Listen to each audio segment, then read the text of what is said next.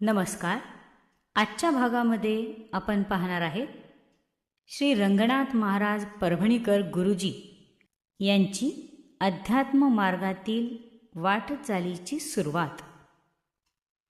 गुरुजींच्या जन्मगावी म्हणजेच सोनपेठ येथे योगानंद नावाचे एक सिद्ध सत्पुरुष होऊन गेले. त्यांचे शिष्योत्तम श्री गंगाराम यांचेकडे गुरुजी जाऊ लागले व त्यांच्याकडून परमार्थातील प्राथमिक शिक्षण घेऊ लागले. परभणीजवळील दैठणा येथील श्रेष्ठ हरिभक्त व निष्ठावंत वारकरी श्री निवृत्तीबुवा ठाकूर यांच्या हातून तुळशी माळ धारण करून गुरुजींनी वारकरी संप्रदायात प्रवेश केला. आता मात्र ते झपाटल्यासारखे परमार्थ करू लागले. ज्ञानेश्वरीतील 5व्या अध्यायातील 20व्या श्लोकात म्हटल्याप्रमाणे, आणि मी माझे ऐसी आठवण विसरले जयाचे अंतःकरण, पार्था तो संन्यासी जान निरंतर. अशी अधिकार संपन्नता ज्यांच्या ठाई होती असे परमपूज्य श्री शंकरानंद सरस्वती स्वामी सोनपेठला त्या दरम्यान आले होते. श्री शंकरानंद हे साक्षात्कारी संन्यासी होते. त्यांचे हैदराबाद येथील सद्गुरू श्री हरिकृष्ण हे साधुशीलतेसह विख्यात ज्योतिषी होते. वेदोपनिषदावरही दांडगे प्रभुत्व होते.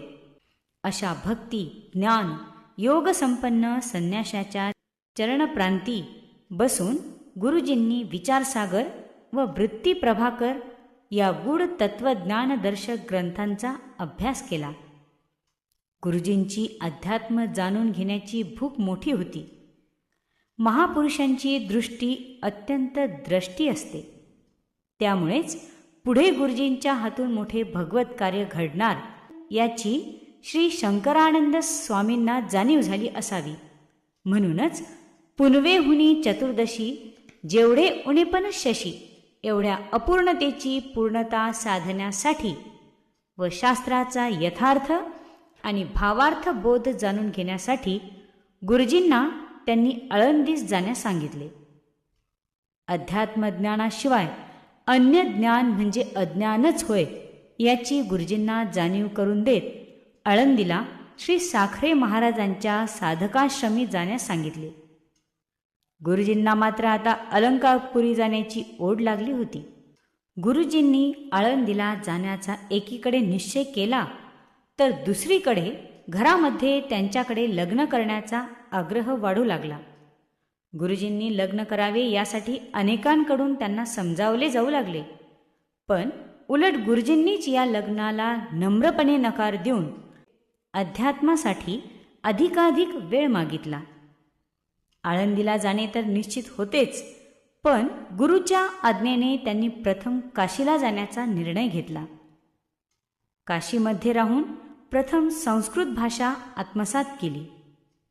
लौकिक अर्थाने मोडी भाषा लिपीतून 4वी-5वीपर्यंत शिक्षण झालेल्या गुरुजींची धारणाशक्ती व ग्रहणशक्ती अत्यंत तरल असल्याने त्यांनी संस्कृत भाषा तर लगेचच आत्मसात केली आणि वेदांताचे अध्ययनही सुरू केले. काशीतील अध्ययन संपवून तेथील आचार्यांचा आणि आदिनाथांचा निरोप घेऊन गुरुजी पुन्हा सोनपेठला परतले. पुढील भागामध्ये आपण गुरुजींच्या जीवनामध्ये आणखीन आध्यात्मिक परिवर्तन काय होते हे पाहणार आहेत. धन्यवाद.